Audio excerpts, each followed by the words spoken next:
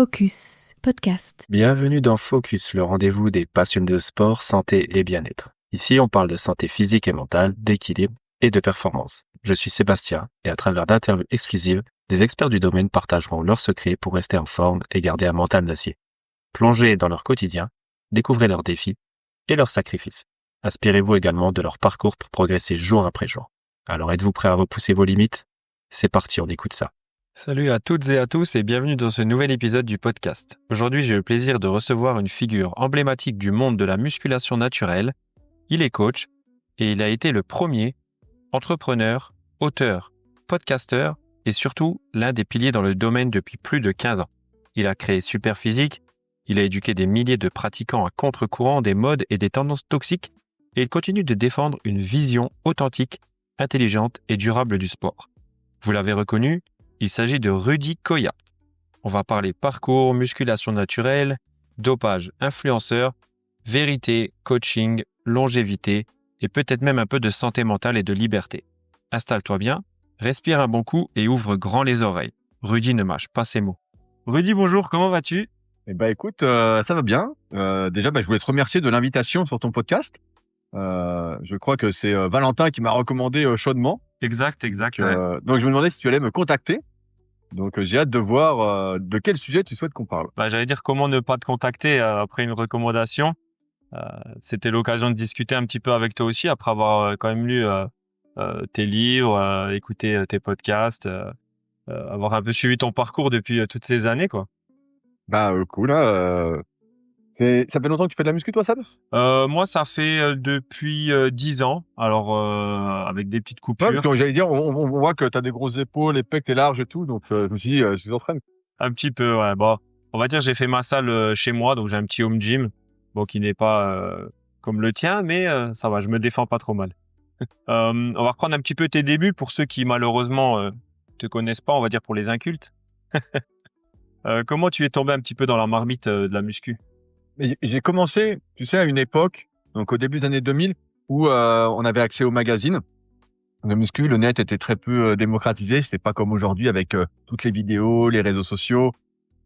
À l'époque, tu avais 2 forums de musculation qui s'appelaient Power Attitude et Smart Weight Training, qui est devenu Superphysique par la suite. Et donc, en fait, entre les magazines et les forums, quand tu tapais une recherche ou tu cherchais des informations, forcément, t'avais Internet, vu que c'était les débuts avec les petits modems. Je sais pas si t'as quel âge, je sais pas. Ouais, j'ai 32 ans. Ah, t'es un peu plus jeune que moi. Mais tu sais, il y avait les petits modems, et en fait, quand t'avais ces petits modems-là, tu pouvais plus utiliser le téléphone, t'avais un nombre d'heures défini. Et bref, quand tu cherchais des infos, tu tombais rapidement sur les forums de musculation, comme il y avait pas beaucoup d'articles. Et donc, mon père avait acheté du matériel qu'on avait mis dans le sous-sol de la maison où on habitait. Et un coup, j'ai essayé, et en fait, ça m'a bien plu, sachant que j'ai grandi, je suis de la génération Dragon Ball Z. Donc tu vois, où tu voyais des gars s'entraîner, manger pour devenir plus fort, pour sauver le monde. Donc c'était vraiment le truc, je m'entraîne, je mange, je deviens plus fort, et grâce à ça, je sauve le monde, quoi. Bon, j'ai pas sauvé le monde, mais j'ai vite pris goût à l'activité parce que je me suis rendu compte aussi que mes progrès dépendaient un peu de mes efforts. C'était pas forcément proportionnel, mais tu vois, je voyais que j'avais un certain pouvoir. Je m'entraînais, je voyais que je prenais du muscle, je prenais de la force. C'était pas très rapide si je comparais aux gars qui avaient sur les forums et qui avaient mon âge ou qui avaient 1 an ou 2 ans de plus. Mais et le fait d'avoir ce pouvoir sur mon physique m'a motivé. Tu sais, quand tu progresses et que tu vois les progrès dans une activité, en fait, ça te motive. C'est une boucle qui s'entretient. C'est la motivation autotélique, comme on dit. Et c'est comme ça que j'ai commencé un peu avant mes 14 ans. Du coup, ton père avait tout installé dans la cave. C'était aussi quelqu'un qui pratiquait la musculation, alors.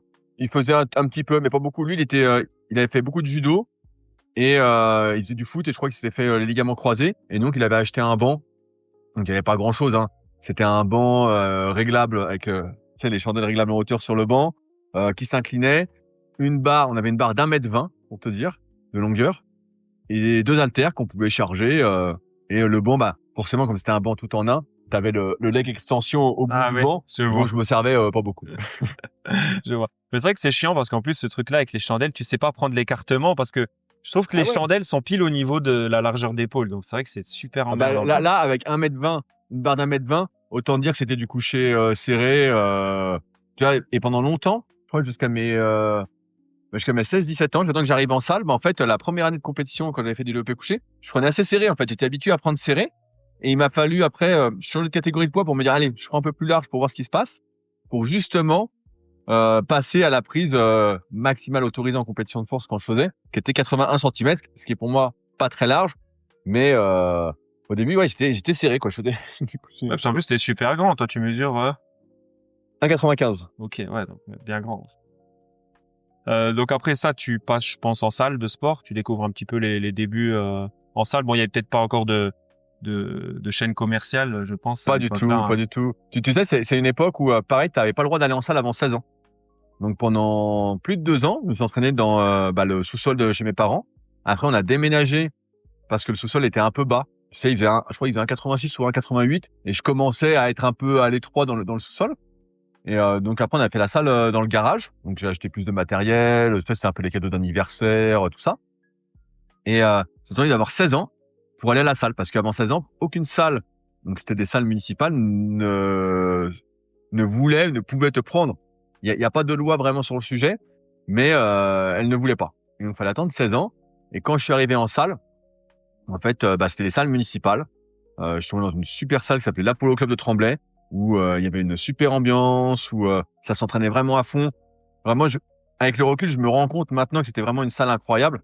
T'avais, je me souviens, celui qu'on appelait le gros Lolo, le Finlandais, qui avait fait 3,40 au squat. Tu vois, toute la salle s'est arrêtée quand il faisait 340 kilos au squat. T'avais pas mal de mecs qui faisaient 150, 160 au développé couché, 180. Tu vois, il y avait des mecs qui faisaient un peu de body. Alors, il y en avait pas beaucoup, mais beaucoup de mecs qui faisaient de la muscu, qui avaient des super physiques, tu vois, qui s'entraînent depuis 10 ans. Et puis, en fait, ils faisaient du coucher halter à 40, 50 par bras. C'était vraiment une super ambiance. Et il y avait pas mal de compétiteurs aussi de force athlétique. Il y avait des gars qui étaient champions de France. Il y avait des gars qui faisaient les championnats chaque année. Bref, c'est pas comme maintenant où ça s'est beaucoup démocratisé, les compétitions de force où il y a vraiment beaucoup de monde. Là, c'était vraiment, c'était 2003, 2004, 2005. En tout cas pour la partie où j'ai fait de la force.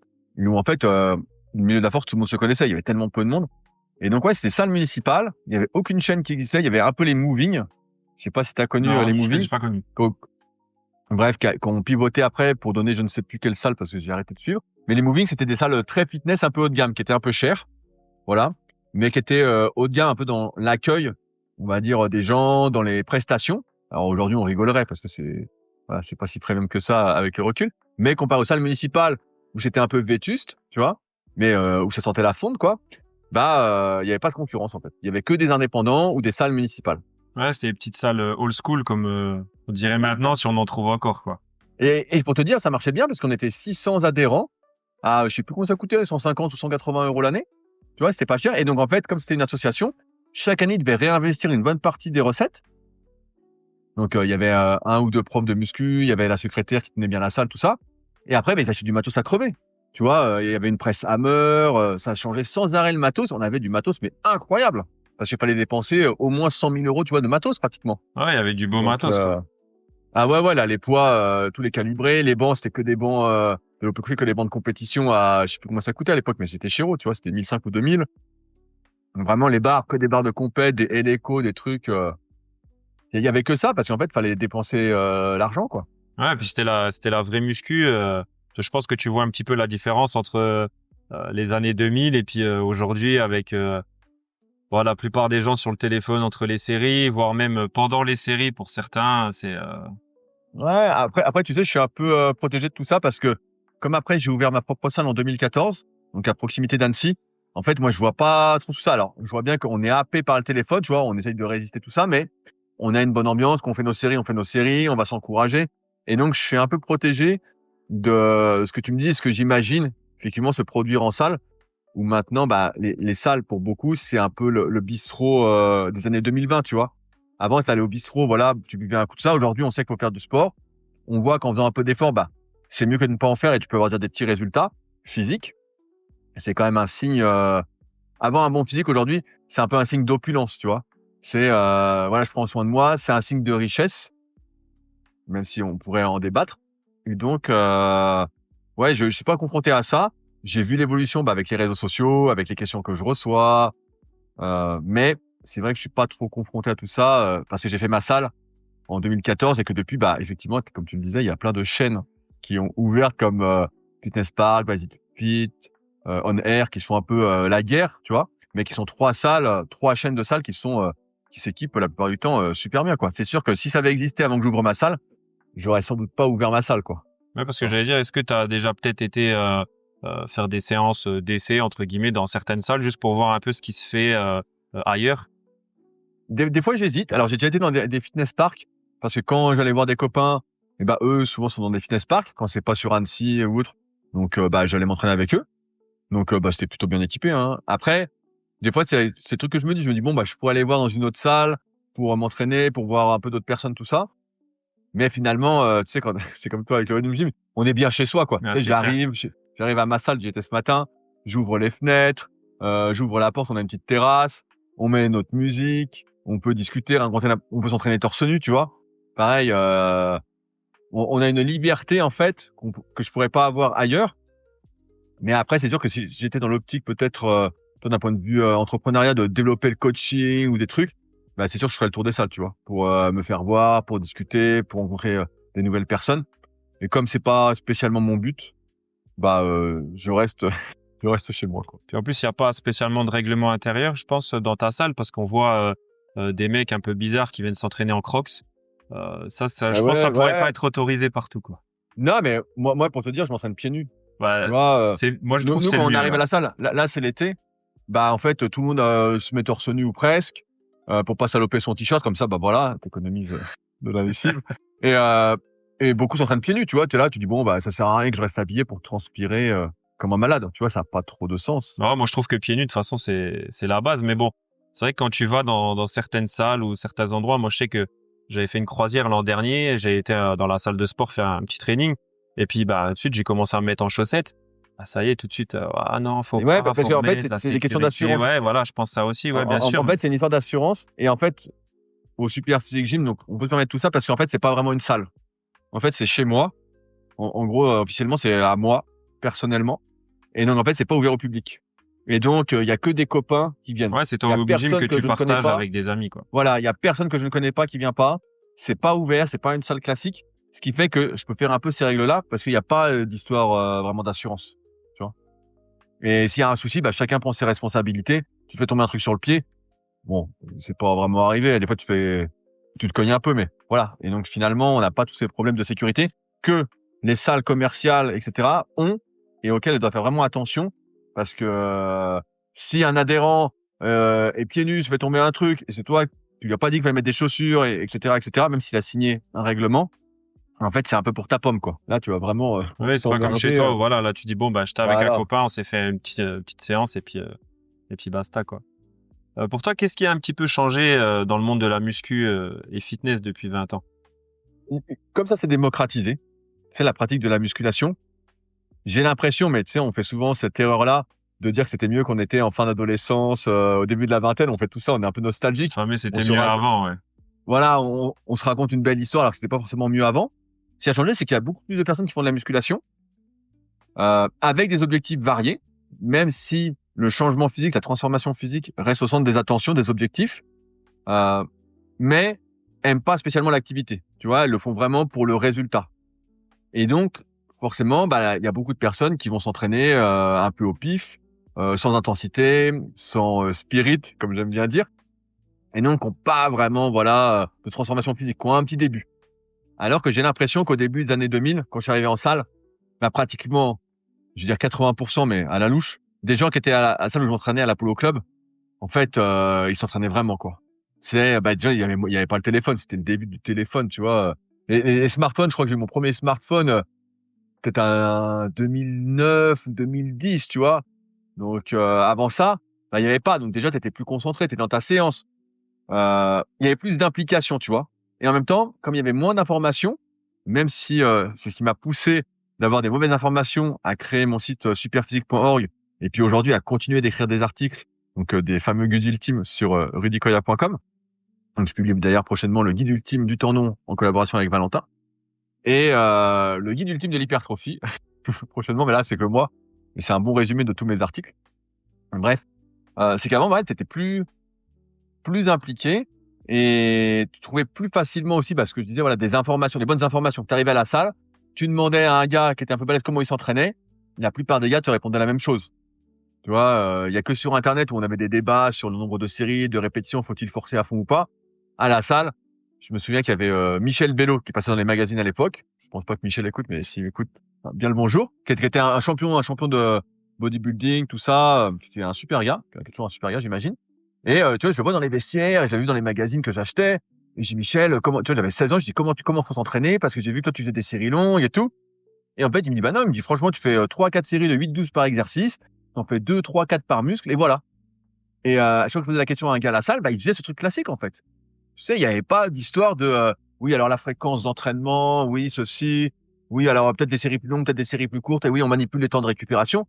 En fait, tout le monde s'entraînait presque pareil, en fonction de, tu finissais ta séance, bah voilà, quand t'étais mort, tu t'arrêtais. Et si t'avais du jus, tu continuais. Et ce qui fait que beaucoup de personnes, bah, en salle de musculation, avaient un très bon physique, en fait. Vraiment un très, très bon pour, tu vois, une partie des facteurs que j'ai énoncés. Alors qu'aujourd'hui, bah, tu vois beaucoup de personnes, moi, j'en vois beaucoup qui m'écrivent pour des suivis coaching à distance que je fais, bah, depuis 2006 sur mon site, donc personnel rudicoya.com, qui s'entraînent depuis 10-15 ans, mais en fait, qui ont un programme éclaté. Tu vois, un truc, bah, ça fait mal au cœur. D'un côté, ça me fait sourire un peu jaune et ça me fait mal au cœur parce que je me dis, ah, avec tout ce que j'ai pu écrire, tout ça, mais oui, il y a tellement d'informations et tellement de débats qui n'ont pas lieu d'être. En fait, ça embrouille les gens et donc il y a moins de résultats. Je dirais, il y a une démocratisation, mais après, c'est pareil, tu sais, dans tous les domaines, hein. Dès qu'il y a une démocratisation dans un milieu, dans un domaine, bah, c'est rarement de plus en plus qualitatif. Ça, c'est sûr. De plus en plus quantitatif. Et donc, bah, ce qui fait que, comme je forme aussi les coachs avec le CQP ABD formation que je fais à Annecy, bah, en fait, aujourd'hui, il y a du boulot. Il y a du boulot. Et là, on va pas se tirer dans les pattes. Il y a du boulot pour aider autrui à mieux s'entraîner, à pas se blesser, à réduire ses risques de blessures, à mieux vieillir. Là, il y a du boulot, vu que il y a tellement de surinformation qu'on sait plus si on débute et qu'on n'a pas de recul, si on n'est pas spécialiste ou expert du domaine, on sait plus donner de la tête et quoi faire. Non, c'est sûr, mais je pense que les gens aujourd'hui se tournent malheureusement un peu trop vers les influenceurs muscu qui vont te pondre la nouvelle méthode miracle pour choper des pecs en 4 semaines et perdre 10 kilos en 5 semaines. Et c'est ça qui est un peu dommage parce que, enfin, moi, je trouve que c'est pas spécialement des professionnels et c'est même, je fais attention parce que quand j'essaie de contacter des gens justement pour avoir des gens sur le podcast, ben, il y en a beaucoup, ils mettent coach. Mais moi, déjà, bon, je préfère prendre des gens qui sont diplômés pour commencer, mais le diplôme ne fait pas tout non plus. Parce qu'en soi, je pense que moi, demain, voilà, je m'inscris, je fais une formation et après, voilà, je suis coach. Mais derrière, faut continuer à s'alimenter. Ben, je vois d'ailleurs tous les livres derrière toi. C'est... T'as tout lu déjà? Ah ouais, c'est ça, c'est que les livres que je garde. Voilà, vache. Ouais, donc tu vois. J'en ai donné au moins autant. Ah putain. Ouais, donc tu vois, il faut continuer à se former, mais ouais, je prends un peu le mot charlatan, mais je pense que aujourd'hui, on en est rempli sur les réseaux sociaux et. Ouais, après, tu sais, tout ce qu'on dit là, en fait, ça c'est juste maximisé. Quand j'achetais les magazines à l'époque, t'achetais Muscle and Fitness, Plex Magazine, les gros titres, donc tous les ans, il y avait les mêmes numéros. Il y avait le numéro consacré à Arnold, avec les mêmes photos, l'entraînement d'Arnold, tout ça. Mais t'avais 6 semaines pour des pectoraux exceptionnels. Et donc, t'avais le programme, nanana. Le mois d'après, 6 semaines pour des bras exceptionnels. T'avais le numéro prise de masse, prenez 4,5 kg en 6 semaines. C'est toujours en 6 semaines, hein, leur truc. Et t'avais toujours ça. Et chaque année, ça a tourné en boucle, tu vois. Alors, ils changeaient les photos, ils changeaient l'athlète qui était en contrat normalement avec Wider Publishing. Donc, Joe Wider pour ceux qui connaissent. Et donc, voilà, t'avais des articles qui étaient écrits par des gars qui étaient pas les champions et qui nous vendaient déjà ça. Aujourd'hui, bah, c'est ça, mais puissance 1000. En fait, ça n'a pas changé, tu vois. C'est juste que, comme il y a plus de monde qui peut s'exprimer, bah, il y en a plus. Après, ce que je pense aussi, c'est que il y a personne qui donne des conseils, qui se dit être un charlatan et qui n'essaye pas, tu sais, de faire au mieux. Alors, c'est une question que je me posais ce matin, c'est qu'à chaque fois que, tu sais, j'essaye de faire un programme ou une analyse ou bref, peu importe ce que je propose, je me dis, est-ce que je peux faire mieux? Est-ce que c'est le mieux que je puisse proposer? Alors, je suis pas sûr que tout le monde se pose la question, mais je pense pas qu'il y ait une mauvaise intention derrière, tu vois, ces influenceurs ou ces gens qui font de la musculation et qui partagent des conseils. Il y a toujours cette idée de partager ce qu'on fait, d'aider autrui si ça le fait, tout en ayant conscience de ses limites, parce que quand tu discutes avec des personnes qui sont peut-être juste influenceurs, moi j'en connais plein, qui a juste, c'est pas le mot, mais voilà, qui sont influenceurs principalement, en fait, ils se rendent bien compte de leurs limites. C'est juste qu'après, les gens leur posent des questions. Tu le sais, on est dans une société d'apparence. Donc, si t'as des super apparences, parce que t'es peut-être doué en muscu, peut-être t'as fait beaucoup de sport quand t'étais gamin, t'as la bonne génétique, tout ça, et puis finalement, tu t'entraînes quand même, puis tu suis une diète carrée la plupart du temps, à un moment, tu vas avoir un bon physique. Et donc après, les gens vont te demander comment tu fais, qu'est-ce que tu fais. Et c'est là que tu peux différencier deux choses. C'est ce pratiquant-là, voilà, qui a des résultats, mais qui est pas vraiment passionné par la musculation. J'en parlais avec un copain la dernière fois qui écoutait un podcast de Thibaut InShape, parce qu'il est passé récemment sur Génération Do It Yourself. Dis bonjour à Thibaut s'il nous écoute. Et mon pote qui a écouté le podcast, il me dit, je suis surpris parce que je pensais que Thibaut, il en connaissait un peu plus d'un point de vue muscu, depuis le temps qu'il s'entraîne, tout ça. Et je dis non, c'est pas un passionné de la compréhension de l'entraînement, c'est un passionné de l'entraînement, il aime s'entraîner, il partage, et il s'est mis à partager parce qu'à l'époque, il n'y avait pas grand chose, à part Super Physique, à part Théo Fitness Smith, pareil, à qui je passe le bonjour. Bah tiens, tu pourrais l'avoir dans le podcast, Théo, qui est un super gars aussi, qui a sorti son bouquin il y a pas longtemps, Super Fit. Je note. Ce sera ma recommandation si tu me demandes. Tu pourras lui écrire de ma part. Et bref, on n'était pas beaucoup. Et donc, il a répondu à une demande. Et après, les gens lui ont posé des questions. Comment tu fais pour avoir ci? Comment tu fais pour avoir ça? Lui, il ne fait que répondre. Mais c'est pas un passionné de la compréhension de l'entraînement. Tu sais, aujourd'hui, l'un des problèmes aussi, c'est qu'on n'a plus de nuances. C'est que t'es passionné, t'es pas passionné. La passion, c'est ça, quoi. Donc, tu peux être au milieu, tu peux être là, tu peux être là. T'as toujours plus passionné et moins passionné. Ça, c'est sûr. C'est comme blanc ou noir, c'est jamais blanc ou noir. Ton t-shirt, il est blanc au début, tu le mets 4 fois, bah, il tourne vers le gris, tu vois. Sauf si tu l'enlèves à chaque entraînement. Ouais, mais bon, si t'as un t-shirt blanc, faut le mettre que pour sortir, en gros. Mais et tu vois l'idée. Donc finalement, je pense pas que même les gens qui sont coachs et qu'on peut dire ah putain ils ont pas trop de connaissances ou en fait on regarde avec notre propre prisme. Et finalement, pour certains individus, ce qu'ils racontent, bah en fait c'est super, tu vois, c'est des super conseils. Et eux derrière, en fait, ils essayent de faire les choses bien. Je pense qu'il y a personne qui se dit, il y en a peut-être certains, mais peut-être pas beaucoup quand même. J'ose espérer, qui se disent, bah j'essaye d'aider au mieux, j'essaye de partager ce que je fais au mieux, j'essaye d'aider les gens. Il y a personne qui se dit, ou presque, je vais escroquer les gens, je vais leur prendre tout ce qu'ils ont. Sauf les coachs Herbalife. Mais je pense qu'ils sont convaincus, sinon ils le feraient pas. Ouais, ça, c'est Ils sûr. le feraient pas. Ouais, ils sont bien convaincus. Ils sont convaincus de ce qu'ils font. Et à un moment, bah, ils vont se réveiller. Tu sais, des fois, tu vois des passades de certains et tu dis, je vois, il est là-dedans. Tu sais, c'est comme le gars qui rencontre une fille. Et puis, tu sais, il a le truc en plus, il est amoureux, tout ça. Puis toi, extérieurement, tu dis, ça va jamais marcher. Tu dis, ils sont trop différents, ils ont pas tout ça. Et le gars, s'il te demande ton avis, tu vas lui dire, ouais, bah, écoute, je pense que nanana, ça va pas. Et lui, il dit, non, tu sais, il est dans l'émotionnel, il y croit, il a le truc. Et en fait, tu sais déjà que c'est cuit. Tu sais, mais lui, il le sait pas encore et il y croit. Et il se voile la face, mais malgré lui. Et je pense que c'est un peu pareil, tu vois, pour la plupart, où bah en fait, tu partages ce que tu peux partager par rapport à tes connaissances, ton niveau, ce que tu vis, voilà. Et après, tu fais au mieux par rapport à tout ça. Et souvent, bah tu attires les gens qui sont proches ou qui sont intéressés par les sujets que tu partages. J'avais un pote qui disait à un moment, tu sais, sur YouTube, il y a eu une explosion de certains. Puis moi, bah j'ai jamais explosé, et un autre pote non plus.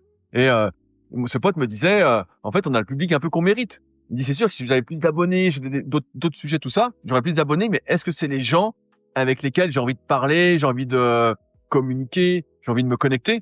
Et la réponse était non. Ouais, tu préférais te faire une petite communauté, mais voilà, vraiment avec des gens intéressants, entre guillemets, mais qui partagent plutôt même la même vision que toi, qui ont écouté un peu ce que tu fais, que juste des un peu groupies, on va dire. Ouais, ou des gens qui vont te poser des questions sur, combien de répétitions il faut faire pour les biceps. Ah, tu vois, j'ai répondu à cette question peut-être en 2004 ou 2005. Tu vois, c'était mon premier article biceps. Donc, aujourd'hui, si quelqu'un me demande ça, bah, je lui envoie un article que j'ai écrit, puis voilà. Mais c'est pas les questions que j'espère avoir dans les contenus que je peux partager sur Insta ou sur YouTube ou dans les podcasts. J'espère avoir des questions sur, tu vois, en ce moment, bah, c'est, comme je me suis fait former par Valentin, là, c'est l'entraînement du tissu conjonctif, un peu la réhab, comment on renforce les tendons. Tu vois, c'est plus ça qui m'intéresse. Bah attends, je change juste mes questions pour le podcast, alors si j'avais mis. Mais non, mais on peut parler de muscu.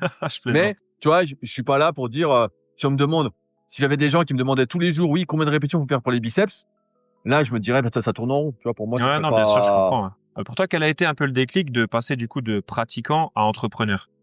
En fait, j'ai jamais voulu être entrepreneur. Tu sais, moi, quand j'étais gamin, entrepreneur, c'était les mecs dans le bâtiment. Ouais. Tu sais, on disait entrepreneur, c'est un mec qui est dans le BTP, qui fait tout ça.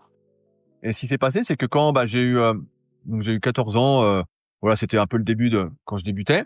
Mais en fait, je me suis abonné à tous les magazines de muscu. Donc, il y en avait 4. Muscle and Fitness, Flex, Body Fitness et Le Monde du Muscle, le seul magazine français. Et donc, je lisais ça. Et quand j'allais à l'école, tu vois, seconde, première, tout ça, en fait, j'apprenais des choses qui me parlaient pas. Tu vois, on me faisait lire des livres de littérature, faire des dissertations. Je caricature un peu, mais pour dire, faites 3 pages en expliquant pourquoi la fleur est rose de tel point de vue. Bon, tu sais, j'étais là, je transpirais, je disais non mais je peux pas le faire. Et donc, j'arrivais pas à le faire. Tu vois, c'était pas moi. Pareil, on apprenait des choses en physique chimie, ça me parlait pas. Et en fait, le seul truc que j'attendais, c'était de finir la journée pour aller sur les forums de muscu, lire les magazines que je relisais, que je connaissais par cœur.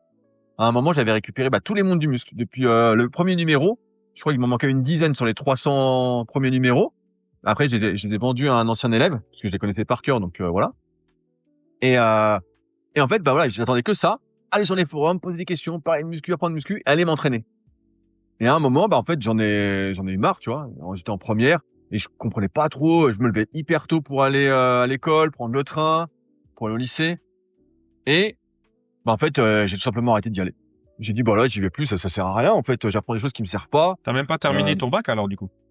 Non, j'ai arrêté avant. J'ai arrêté au bout de 2-3 mois de première. J'ai plus exactement le souvenir, mais 2-3 mois, j'ai tenu.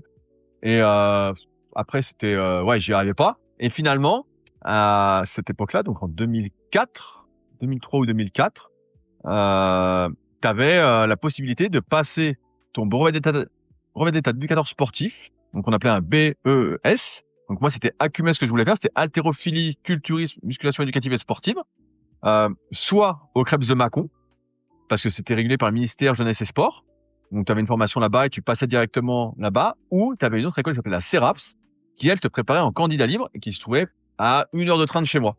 Et où tu avais presque le même programme, mais avec d'autres profs. Et donc après tu t'inscrivais pour passer ce B2ES. Et donc en fait à 16 ans, j'ai arrêté l'école et quelques mois après, je commençais mes cours pour devenir, à l'époque on disait entraîneur de musculation, professeur de musculation, avec comme objectif d'être prof en salle de muscu.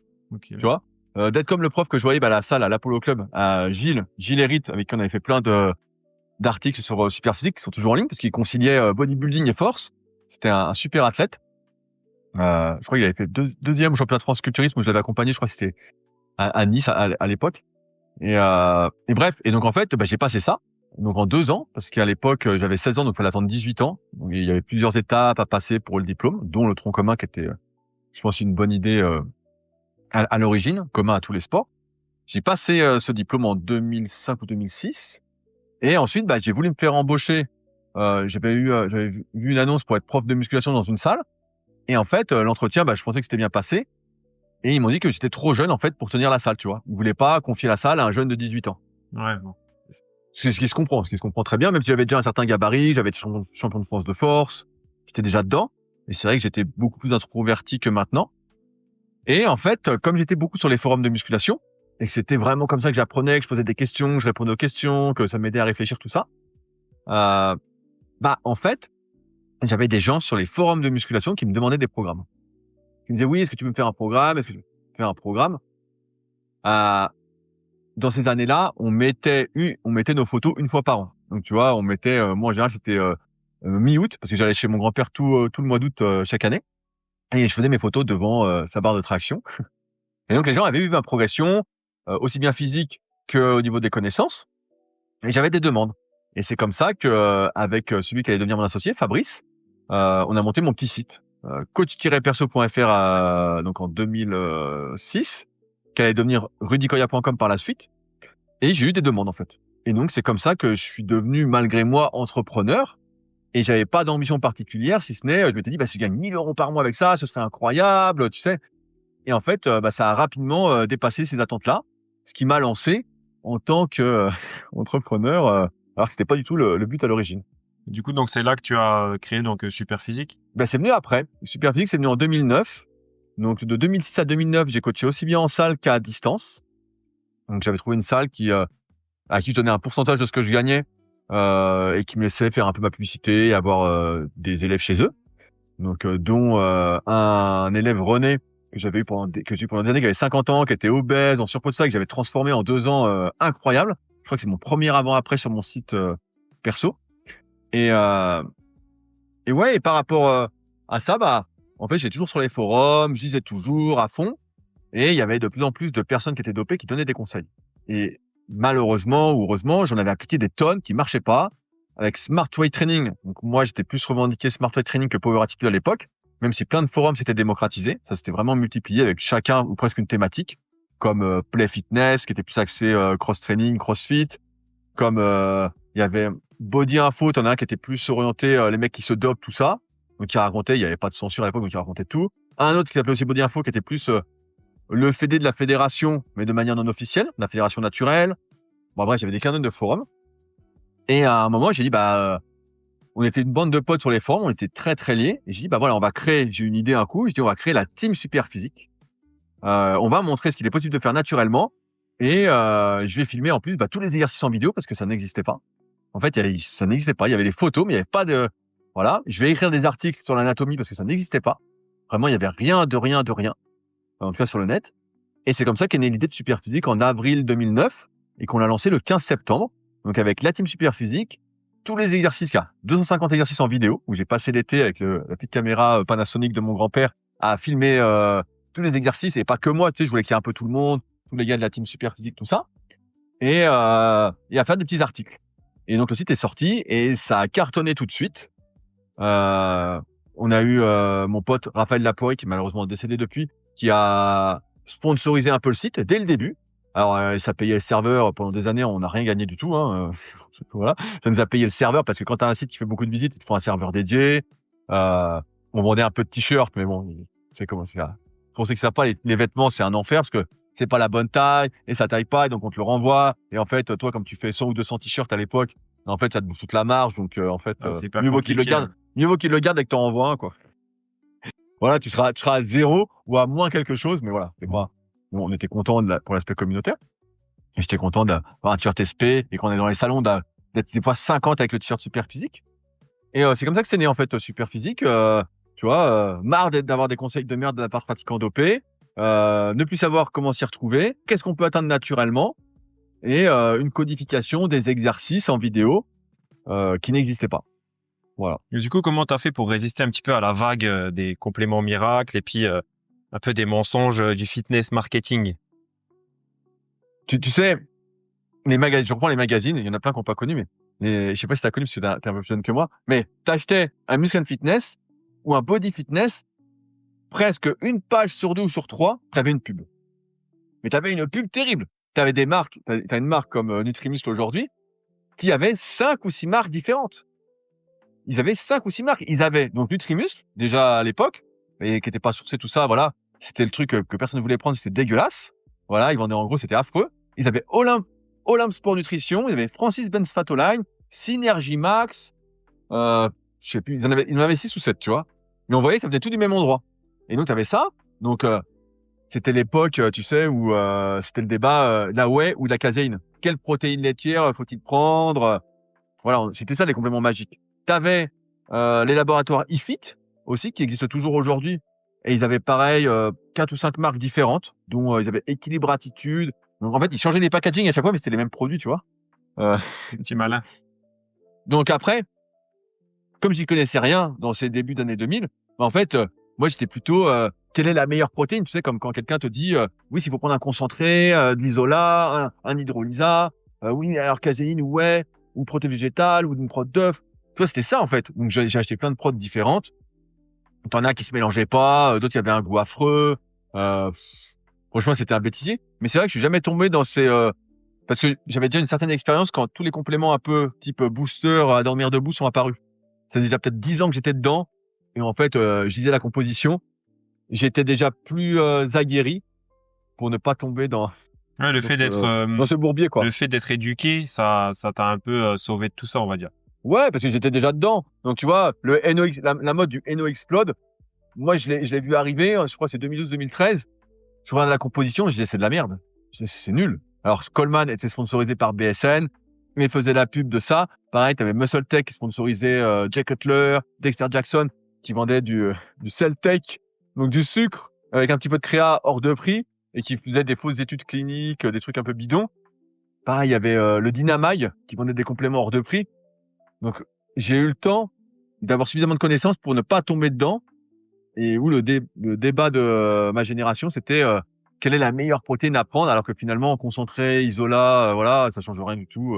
Ça se joue pas sur des détails comme ça pour la plupart d'entre nous qui sommes amateurs. Oui, après, c'est vraiment si tu commences à partir en compétition où là, tu vas commencer à Voilà, traquer. si tu veux vraiment optimiser. Mais dans ce cas-là, faut pas aller faire des écarts, faut bien dormir. Enfin bref, il y a tout un processus avant, Oui, oui. processus avant à Il y a faire, déjà quoi. pas mal à faire avant que se casser la tête avec des petites choses pareilles. Ouais. Pourquoi ça a été important pour toi de promouvoir vraiment la muscu naturelle?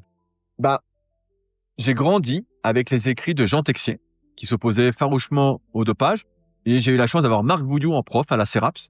C'est une des raisons pour laquelle, tu vois, j'étais vraiment très motivé pour devenir prof de musculation et avoir Marc en prof. Marc Bouillou qui est un peu le précurseur de la force en France, de l'entraînement de la force, dans les années 90, que j'ai interviewé ensuite, que j'ai été voir. Je lui ai dit, tiens, je vais écrire un article sur toi, Marc, est-ce que c'est bon? Vu que je connaissais par cœur. Et du moins sur l'aspect force. Et en fait, j'étais entouré de gars qui s'opposaient farouchement au dopage, qui étaient pour la méritocratie, il fallait mériter ses progrès, ça ne devait dépendre que de toi, donc que de toi, de ta génétique, il y a des circonstances, tout ça, on n'est pas tous égaux. Et en fait, j'ai grandi avec ça, et c'est vrai que j'ai toujours associé le dopage à de la triche. J'ai toujours associé le dopage aussi à un manque de responsabilité individuelle, dans le sens où quand quelqu'un se dope, et s'il a des effets secondaires assez importants, il les fait supporter à toute la société. Ouais. Tu vois, du moins en France, parce qu'en France, on est très social, même si je pense que ça va pas durer éternellement, cette sorte de sécurité sociale commune à tous. Mais en fait, ouais, les effets secondaires, le fait de mériter ses progrès, quitte à être moins bon, et en même temps, tu sais, ça donnait un peu un ennemi quand t'es jeune. Moi, j'avais ce besoin d'avoir une sorte d'ennemi, de me dire, je vais être meilleur que les gars qui se dopent, je vais m'entraîner plus dur, je vais être meilleur, Et en fait, ça m'a jamais traversé l'esprit de me doper ou quoi, parce que c'était pas moi, tu vois. Moi, j'ai toujours bien aimé cette méritocratie, même si c'est une fausse histoire. Ça m'a toujours, Ouais, c'est ce qui t'a animé, quoi. Hein. ça m'a toujours plu, et ça m'anime toujours aujourd'hui. Tu vois, peu importe que je serai jamais champion. Voilà, on peut le dire. Si ça peut être le titre du podcast, je serai jamais champion. Et mais c'est pas grave en fait. Mon but, c'est de progresser à mon niveau, d'essayer d'être un peu meilleur, tout ça. Et j'ai pas plus d'ambition que ça, tu vois. Oui, le but pour toi, c'était voilà vraiment d'exploiter ton plein potentiel pour voir jusqu'où tu peux aller, quoi. Voilà, et surtout que il y avait ce débat dans les années 2000 aussi, qui était de dire j'attends ma limite naturelle avant de me doper. Oh, la limite naturelle, elle n'existe pas. Parce qu'en fait, ce qui te limite au bout d'un moment, c'est l'investissement au quotidien que tu peux mettre. C'est jusqu'où tu es prêt à aller pour continuer à progresser. Est-ce que tu es capable de te coucher tous les jours à la même heure? Est-ce que tu es capable de faire zéro écart? Est-ce que tu es capable de t'entraîner encore plus, de faire des séances de récupération? Est-ce que tu es capable de passer du temps dans le sauna infrarouge? Est-ce que tu es capable d'aller prendre le soleil juste ce qu'il faut? Bref, vraiment de millimétrer ta vie pour continuer à progresser. Et la réponse pour la plupart d'entre nous, c'est non. Et donc, on n'arrive pas du tout à sa limite naturelle. Tu arrives à une sorte de plateau qui est conditionné par les contraintes que tu as choisies de ta vie personnelle, et pour quoi. lesquelles que t'es pas prêt à sacrifier. Et aujourd'hui, est-ce que tu penses qu'on peut encore un peu percer sans dopage? Oui, bien sûr, parce que en fait, la percée, si on parle juste des réseaux sociaux ou même sur le SEO, je suis moins convaincu parce que là, le secteur est bien bouché. Et le SEO, on sait très bien qu'avec les IA, les LLM, c'est un peu la fin.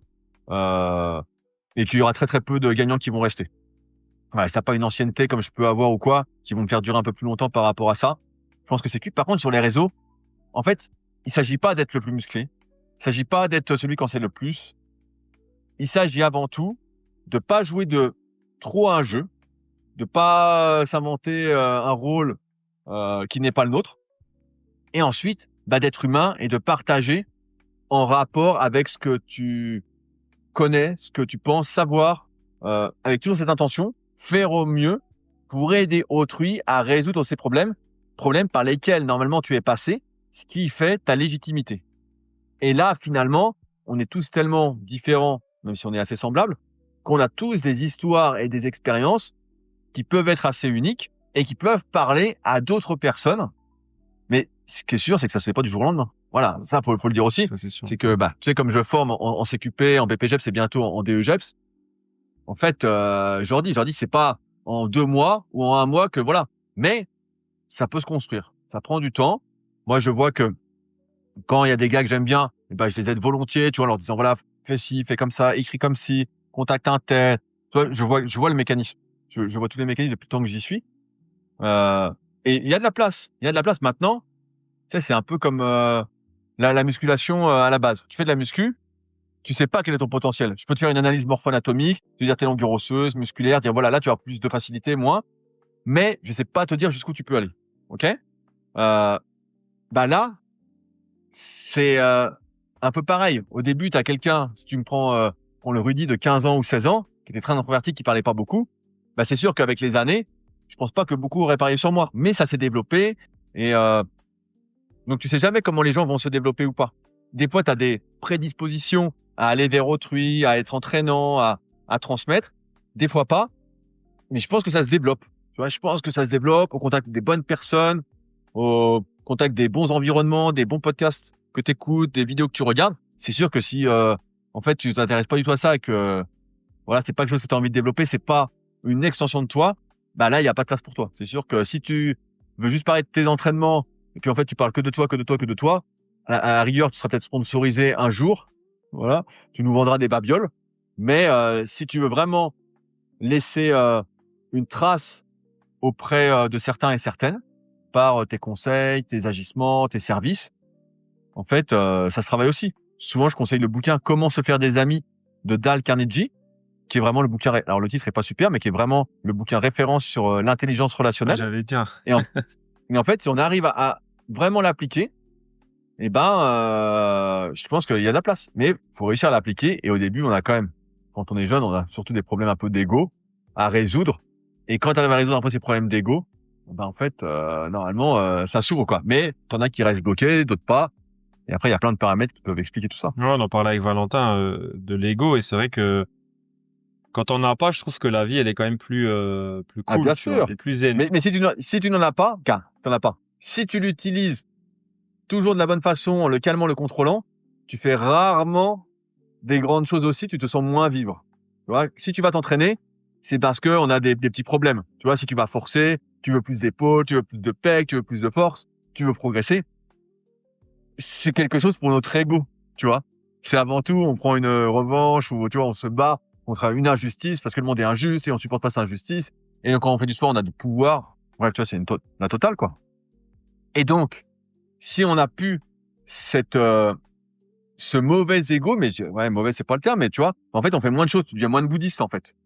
Tu deviens moins de bouddhiste et tu contemples. Donc, tu vois, il y a un équilibre à trouver, propre à chacun, en fonction du moment où il en est dans sa vie, mais qui se fait naturellement. Il y a des fois, t'es pas prêt à certaines choses, et quelques années après, tu dis, j'aurais dû faire ci. En fait, t'étais juste pas prêt. C'est comme si je te dis, t'es un jeune débutant, écoute, entraîne-toi moins que 4 fois par semaine, tu vas voir, tu vas progresser. Il n'entend pas ce que je dis. Lui, il voit bien que s'il en fait 6 fois par semaine, c'est mieux sur le court terme. Et donc, il en fait 6 fois par semaine parce qu'il s'imagine pas qu'en fait, il faut 10 ans pour avoir un super physique pour la plupart. Et que après, il y a toute cette histoire de longévité où la vie va être assez longue et où il faut que tu puisses continuer à être actif, à pouvoir bouger. Et donc, il n'entend pas parce qu'il est pas réceptif parce que c'est pas ce qu'il vit. Et ça, c'est l'erreur de l'être humain de base, qu'on fait tous, C'est que on n'écoute pas les anciens, on croit qu'on est meilleur, tout ça, et en fait, on passe tous par les mêmes étapes ou presque, quoi. Ouais, ça ramène justement à la prochaine question. Comment gérer un petit peu la frustration des progrès lents quand on est naturel, du coup? Ça, c'est plus une histoire de pourquoi tu fais de la musculation. Si tu fais de la musculation ou n'importe quelle activité uniquement pour les résultats, tu vas être frustré et tu peux tenter soit d'abandonner, soit de changer d'activité, soit te doper. Maintenant, si la musculation, l'activité en elle-même te plaît énormément, t'adores t'entraîner, t'aimes bien cette sensation de congestion, cette sensation de, entre guillemets, de toute puissance, tout ça, en fait, que tu progresses rapidement ou pas, c'est pas grave, tu vois. Parce que, en fait, c'est juste une conséquence de ce que tu aimes faire. Et quand c'est une conséquence, quel que soit le domaine, en fait, tu t'épuises pas. Tu t'épuises pas psychologiquement parce que c'est vraiment, comme je disais, une extension de toi. Mais c'est sûr que si toi, c'est que les résultats qui comptent, ben, en fait, ça peut pas fonctionner, tu vois. Ça peut pas, il y a un moment où tu vas t'épuiser, tu vas dire, bah, je comprends pas, je progresse doucement. Et parce qu'en fait, c'est toujours lent. Je te donne un exemple. Souvent que j'ai en coaching à distance, dans les suivis que je propose, souvent, bah, l'exercice de gainage, je l'ai fait stagner au bout d'un moment parce que je dis, voilà, ça sert pas à grand chose de continuer à progresser dessus.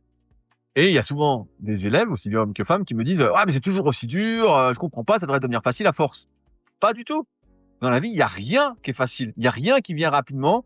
Il y a rien, il y a pas de hack, d'astuce. Il y a faire les choses bien et laisser le temps faire. Et ça ne deviendra jamais facile. Ça devient juste moins difficile si tu rajoutes 1 kilo par-ci, 1 kilo par-là. Et après, quand tu remets la charge que tu utilisais, bah, tu la sens plus légère.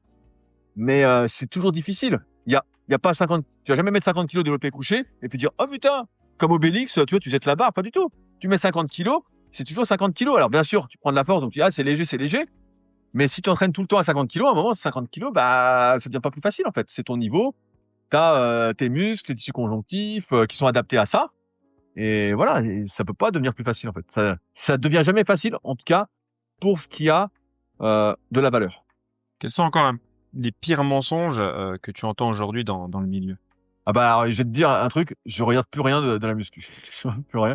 Franchement, je crois que j'ai décroché en 2014, lorsque j'avais fait une vidéo sur le pullover. Quand j'avais regardé la vidéo de Nassim sur la muscu qu'on m'avait conseillé, on m'a dit, faut absolument que tu regardes cette vidéo. Il dit n'importe quoi. Et effectivement, c'est la seule que j'ai regardée. Et je me suis dit, ouh là là, il dit vraiment n'importe quoi. Et à l'époque, mon ego m'a poussé à faire une vidéo vraiment, où je disais ce qu'il fallait, mais pas de la bonne façon. Voilà, en gros, il disait n'importe quoi. Voilà. Et donc depuis, j'ai arrêté de regarder des vidéos de muscu. Je n'en regarde aucune. Je ris En parce fait, que ce que je regarde, j'ai vu un peu votre interview justement. Vous en avez ah oui, reparlé. pour moi, il a toujours tort, hein, mais c'est pas grave. Mais après, c'est un petit jeu entre nous aussi. Avec Nassim, à qui on passe le bonjour. J'espère qu'il va mieux, qu'il a pu reprendre après sa fracture de fatigue d'ailleurs, au bassin, à force de trop courir. Mais bon, c'est quand on aime s'entraîner, on en fait souvent trop. Bah, il s'était mis aussi un petit chrono vachement. Vous aviez parlé de chrono justement pour une course. Ouais, C'est vrai qu'il s'y était ça mis. me semblait ambitieux. C'est vrai, c'est vrai. Ça me semblait un peu ambitieux. Et bref, et donc depuis ce temps, je regarde pas de vidéos de muscu. Ce que je regarde, là, je m'intéressais beaucoup à l'Aerox. Et je sais pas quand sort ce podcast, mais je sors normalement le 1er novembre mon livre, qui sera pas uniquement officiellement consacré à l'Aerox, mais qui officieusement sera consacré à l'Aerox. Donc tu vois, je m'intéresse, je fais pas mal d'interviews sur mon podcast Secret du sport de gens qui performent, aussi bien professionnels qu'amateurs. Voilà. Je m'intéresse au sport d'endurance, donc j'écoute beaucoup de podcasts aussi sur le sujet, même si j'ai compris un peu l'histoire et que j'ai écrit le guide ultime de l'endurance après. Je m'intéresse beaucoup, donc pareil, course à pied. À quoi je m'intéresse? La mobilité. Là, c'est pour ça que Valentin est avec moi durant tout ce mois du 15 juillet au 15 août sur tout ce qui est développement, on va dire la réhab, vraiment comprendre en détail comment fonctionner, comment avoir la logique, comment ça fonctionne. Donc ça.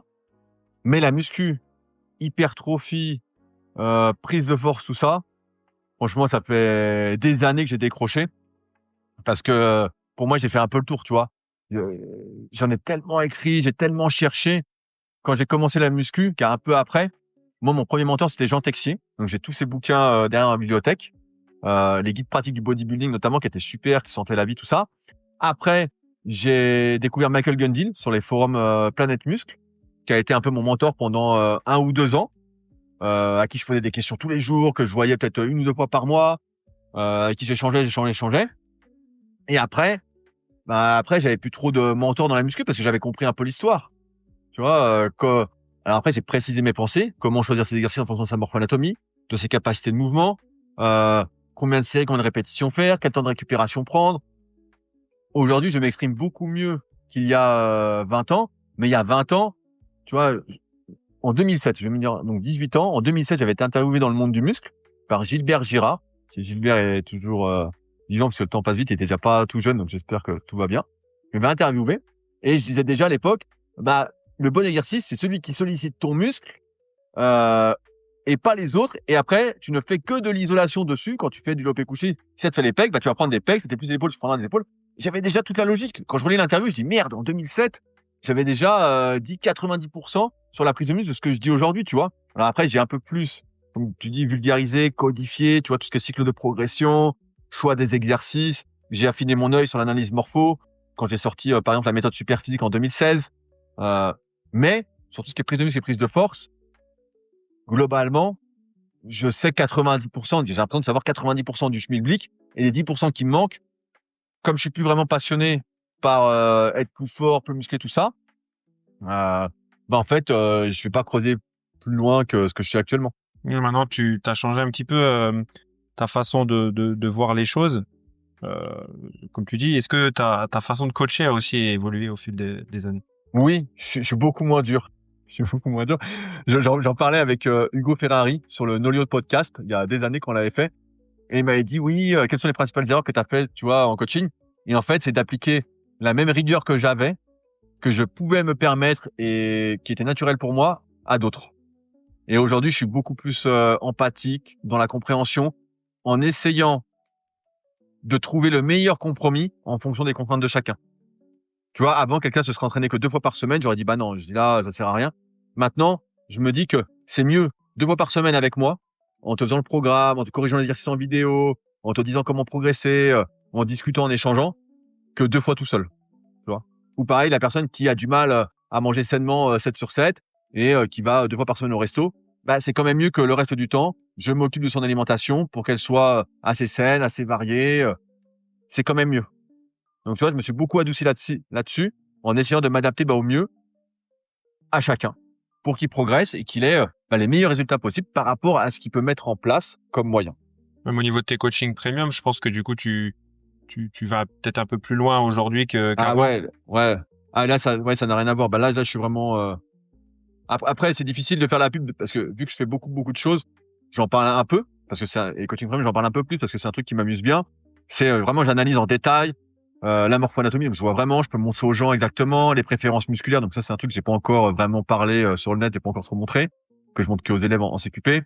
Je teste les capacités de mouvement. Et après, derrière, je peux mettre en place vraiment un programme hyper personnalisé. Beaucoup plus personnalisé que ce que je fais à distance. Même si à distance, progressivement, il se personnalise. Là, je peux tester des choses en vrai que je suis pas encore capable de tester à distance. Que peut-être à l'avenir, j'arriverai. Mais je pense pas aussi bien, ce sera un peu moins bien. C'est pour ça que ce sera sans doute moins cher si je le propose. Mais je ferai au mieux par rapport à ces contraintes-là. Mais ouais, là, le coaching premium, c'est caviar, quoi. Là, c'est, à chaque fois, j'apprends des trucs, je vois des différences entre les gens. Et donc, ça enrichit fortement mon expérience. Tu vois, c'est vraiment, c'est sûr que là, depuis peut-être 4-5 ans, ça s'est beaucoup amélioré. Ceux que j'avais eu avant en coaching premium, c'est sûr que ça n'a plus rien à voir, quoi. Oui, et puis du fait de voir aussi différents types de profils, ça te permet aussi d'enrichir tes connaissances, tout simplement. Hein.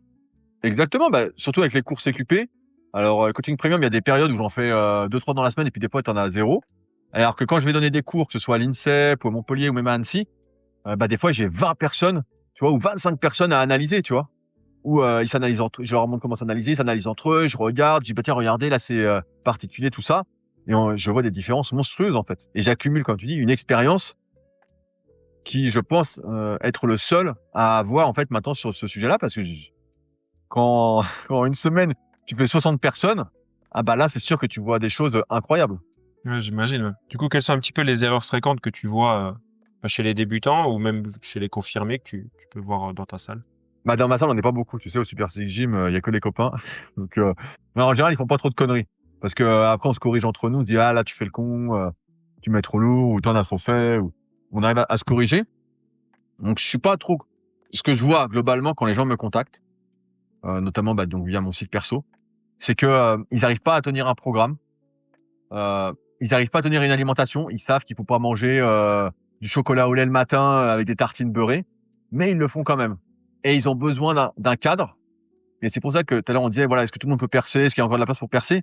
Oui, parce que de plus en plus de personnes ont besoin d'un cadre parce qu'elles ne sont pas passionnées par une activité, qu'elles ont quand même envie de pratiquer, que ce soit pour leur santé, se transformer physiquement, se sentir mieux.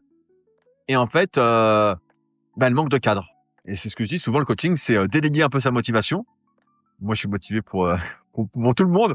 Je suis motivé pour tout le monde. Et j'impose un cadre. Et quand tu mets le cadre, même si le cadre est pas parfait, même si c'est pas vraiment l'idéal, c'est l'idéal en fonction des contraintes, là, ça change tout. Et les gens progressent. C'est plus cette absence de cadre qui fait qu'à un moment, que tu sois débutant, intermédiaire ou confirmé, ou j'allais dire confirmé, il y a aussi le manque de compréhension de comment ça fonctionne. Ouais, ça aussi. Tu Ouais. vois, un moment, là, t'as un niveau en faisant ça, Ok, mais si tu veux aller plus loin, va falloir ouvrir ton champ des perspectives et faire peut-être ce que tu n'as jamais fait.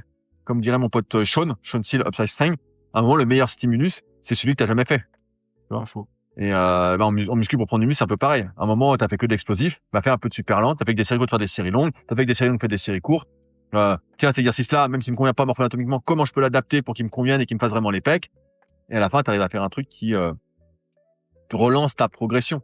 Tu vois, débutant, c'est surtout le manque de cadre, et confirmé, c'est le manque d'ouverture. D'ouverture d'esprit? Ouais, d'ouverture d'esprit, pour aller sur des choses sur lesquelles tu n'as pas fait, qui te plaisent pas spécialement, comme moi quand je fais des séances des fois de mobilité, je suis là, je me dis, je préférerais faire plus d'exercices de biceps. Ouais, mais bon, après, du coup, faut aussi passer par là pour développer d'autres aspects. Et je pense que ta vision de l'entraînement et ta façon même de t'entraîner a un peu changé en Bien vieillissant sûr. aussi. Ouais, bah en fait, ce qui a changé, et j'en ai parlé dans le guide ultime de l'isométrie, qui est mon dernier article paru au moment où on fait cet enregistrement, où j'ai fait une partie sur l'entraînement 3.0. Et où en fait, aujourd'hui, j'essaye aussi bien de développer, on va dire, ma force, ma masse musculaire, même si c'est plus la priorité, que la qualité, la capacité de mes tissus conjonctifs, que ma mobilité. Donc tu vois, il y a trois plans dans l'entraînement que je n'avais pas avant. Ou avant, il y avait que la masse musculaire et la force. Et donc, pour relancer du potentiel, et pour mieux vieillir aussi, il faut s'intéresser à ces deux autres plans de l'entraînement. C'est pour ça que tu as le protocole 40. Je pense que c'est pour 40 ans. Ouais, pour partager, justement. Après, c'est difficile de partager des choses qui sont pas très visuelles, tu vois. Quand tu fais, je sais pas, la chaise contre un mur, voilà, les gens se disent, ouais, qu'est-ce qu'il fait? Il fait la chaise contre un mur, quoi ça sert, cette histoire-là? Tu vois, ils ont envie de voir que tu prends ta barre de développé couché, tu mets 150 et puis tu fais ça, quoi. Ils ont pas envie de voir que tu fais un développé couché comme ça, à 100 kilos, en tempo, avec une pause en bas, doucement. Ça leur parle pas. Et je les comprends. On a tous envie de rêver. On a été habitués à rêver à ce qu'on nous vende du rêve. Donc, je comprends bien que ça fasse pas rêver, que ça attire moins. Mais c'est vrai que mon entraînement, est moins sexy et que c'est vraiment pour beaucoup. Mais moi, j'y prends un grand plaisir parce que justement, ça me relance. On parlait des progrès tout à l'heure, de nombreux progrès, tu vois. Je progresse sur des choses que j'ai jamais faites. Et quand tu progresses, tu vois, c'est comme on disait tout à l'heure, c'est une motivation autotélique. Je progresse, donc ça s'entretient, et donc après l'activité en elle-même te plaît beaucoup, et t'es content comme tout. Oui, c'est sûr qu'au bout d'un moment, quand ça fait tant d'années que tu es dans la muscu, on va dire que tu vas peut-être réussir à progresser sur une rep, quelques kilos, mais si c'est plus ce qui t'anime, ça se comprend. Ouais, c'est qu'à un moment, moi je me suis entraîné 15 ans à fond en muscu, et à un moment tu te bats pour pas perdre. En fait, t'as un rhume, et hop, tu perds 10 kilos sur ta barre au coucher. Tu dis merde. Alors tu reviens, tu remontes, et puis donc finalement c'est un an qui est passé, tu fais la même barre. J'avais donné l'exemple aussi il y a longtemps de mon tour de bras où j'étais passé en 3 ans, je crois de 16 à 19 ans, de 39 à 42 centimètres, et après il m'avait fallu, donc ça c'est 16 à 19, et ensuite c'est en 2000, c'est quoi ça, c'est 2012, donc 19, j'avais quel âge? 19, c'est 2006, 42 de bras, et en 2012 je faisais 46 à froid. Donc, tu vois, j'avais pris 4 centimètres en 6 ans, ce qui faisait 0,6 centimètres par an. Ah, tu disais, toi, tous ces efforts pour 0,6, et après, j'ai pas remesuré mon bras depuis. J'avais même remesuré un coup quand je m'entraînais un peu plus sur le muscu, j'étais remonté à 45,5 à froid. Mais en fait, tu te dis, waouh, je m'entraîne toute l'année pour 0,5 de bras. Tu te dis, à un moment, tu sais, tu vieillis, tu te dis, bon, c'est un peu futile. Tu vois, tu te dis, bon, c'est bien d'être en forme, c'est bien de te trouver beau, voilà. Mais je vais pas me dépouiller pour 0,5 de bras. Oui, Ça après, a pas de faut sens. rester un peu cohérent, on va dire. Voilà, ouais. C'est marrant, ça amuse. Moi aussi, t'aimes bien te voir que tu gonfles, tout ça. Mais C'est sûr. ça reste futile, tu vois. Il y a un moment, comme je disais, il y a un équilibre, et la vie, c'est une histoire de cycle aussi. À 20 ans, les bras, c'est hyper important. J'ai des gars qui ont 25 ans qui m'écrivent, ouais, j'ai pas de paix, comment tu peux m'aider? Et je comprends très bien parce que j'étais comme ça. À 35 ans, le mec a jamais fait de muscu, je comprends aussi qu'il a des problèmes un peu physiques à résoudre. Mais le mec, ça fait 15 ou 20 ans qu'il s'entraîne, s'il reste bloqué sur son tour de biceps, là, pour moi, il passe à côté de sa vie. Il passe à côté de quelque chose. Ouais. Du coup, tu veux aller où, toi, avec ton protocole 40, alors?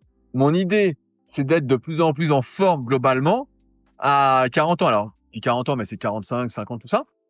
Là, je vois que je progresse énormément sur les ergos. Donc, rameur, ski erg, vélo. Donc ça, je suis très content. Course à pied, j'ai eu un peu de ralentissement là parce que j'avais des douleurs aux genoux. Bon, j'ai essayé de me barrasser, mais c'est un peu plus long. Mais bref, que je sens un peu je les sens pas en course, mais je les sens après à retardement. Et garder un peu mon niveau physique de force. Tu vois, avant, j'aurais forcé comme un fou pour faire la rep de plus.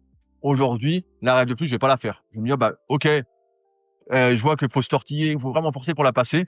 Je préfère m'arrêter avant pour maintenir mon niveau de force qui est largement suffisant, tu vois. Je préfère m'entraîner pour essayer de n'avoir pas de douleur ou presque pas. Voilà. Quitte à faire un exercice de moins ou quoi.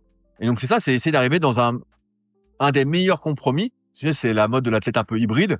Alors, pour moi, l'athlète, c'est le décathlonien, quoi. Tu vois, c'est Kevin Mayer, c'est Roman Seberle à mon époque, c'est Dvorak, je sais plus comment on disait. Voilà, c'est ça. Ça, c'est un athlète. Tu dis, waouh, là, c'est un athlète. Après, ça a dérivé aujourd'hui, mais c'est être en forme, tu vois. Je dirais être en forme dans une multitude d'activités, être plus mobile, être plus souple, être plus fort, être plus endurant.